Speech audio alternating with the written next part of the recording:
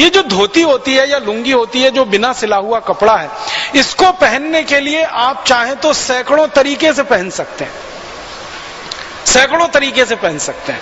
धोती को बांधना हो तो असमिया तरीके से बांधा जा सकता है, बांग्ला तरीके से बांधा जा सकता है, मराठी तरीके से बांधा जा सकता है, गुजराती तरीके से बांधा जा सकता है, उत्तर भारतीय तरीके से बांधा जा सकता है।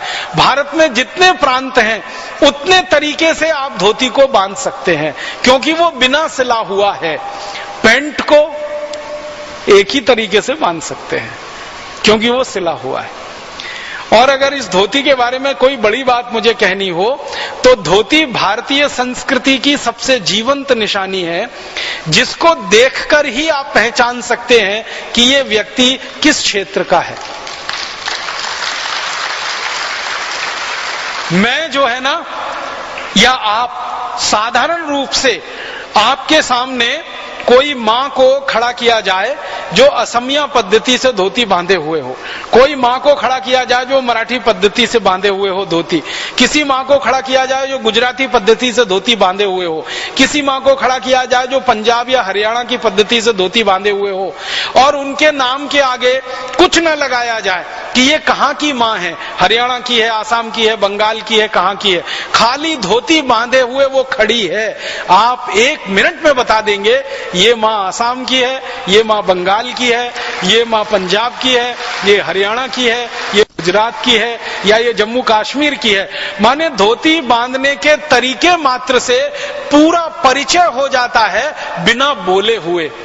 लेकिन पैंट पहने हुए आदमी को आप नहीं बता सकते कि ये इंग्लैंड का है, आयरलैंड का है, फ्रांस का है, जर्मनी का है, या अमेरिका का है, या कनाडा का है, क्योंकि पैंट एक जैसी है सभी जगह। धोती बांधने के तरीके एक जैसे नहीं है कहीं भी।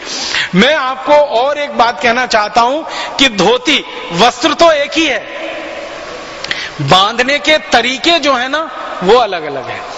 एक क्षेत्र के हिसाब से एक तरीका, दूसरे क्षेत्र के हिसाब से दूसरा तरीका। महाराष्ट्र की माताओं को देखा धोती बांधे हुए तो उनका तरीका बिल्कुल अलग है, क्योंकि महाराष्ट्र की वैसी जरूरत है। आसाम की माताओं को देखा है धोती बांधे हुए, बंगाल की माताओं को देखा है धोती बांधे हुए, क्योंकि वहां की जरूरत बिल्कुल अलग है। हर क्षेत्र के, हर परिवेश के, जलवायु और जरूरत के हिसाब से बांधने का तरीका विकसित हुआ है।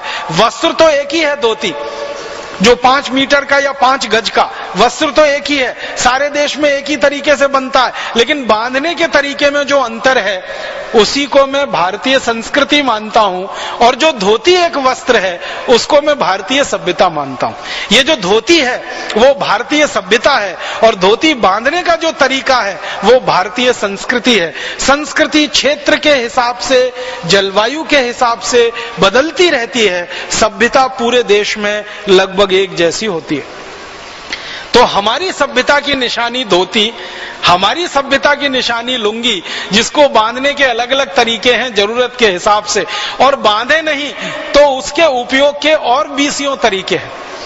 मान लीजिए लुंगी पहन के आप जा रहे हैं और आपके पास कोई दूसरा पात्र नहीं है और आपको ढेर सारी सब्जी लेके आनी है, लुंगी का एक हिस्सा आप उसमें सब्जियां भर के लेके आ सकते हैं। अगर आप कहीं से धान्य लाना चाहते हैं, धोती का एक हिस्सा आपने खोला, उसमें धान्य बांध के भी आप ला सकते हैं। कुछ भी लाने ले जाने में आसानी है धोती और लुंगी में। पैंट में क्या ला सकते हैं? उतना ही ला सकते हैं जितनी जेब में आएगा, इससे ज्यादा कुछ नहीं ला सकते। और अगर जेब में भर भी लिया तो चलने में इतनी तकलीफ होगी कि आप शायद चल नहीं पाएंगे उससे। तो ये पैंट, कोट और शर्ट में हम फंस गए। लुंगी धोती वाली सभ्यता और संस्कृति को छोड़कर ये हमारे सांस्कृतिक अधःपतन की निशानी है। मेरा ये मानना है कि भारतवासी जो भी थोड़े अंग्रेजी के प्रभाव में है, अंग्रेजियत के प्रभाव में है, उनको जितना जल्दी हो अपनी उस भूषा को बदल लेना चाहिए, अपनी सभ्यता, अपनी संस्कृति के हिसाब से, अपनी जलवायु के हिसाब से और अपनी जरूरतों के हिसाब से।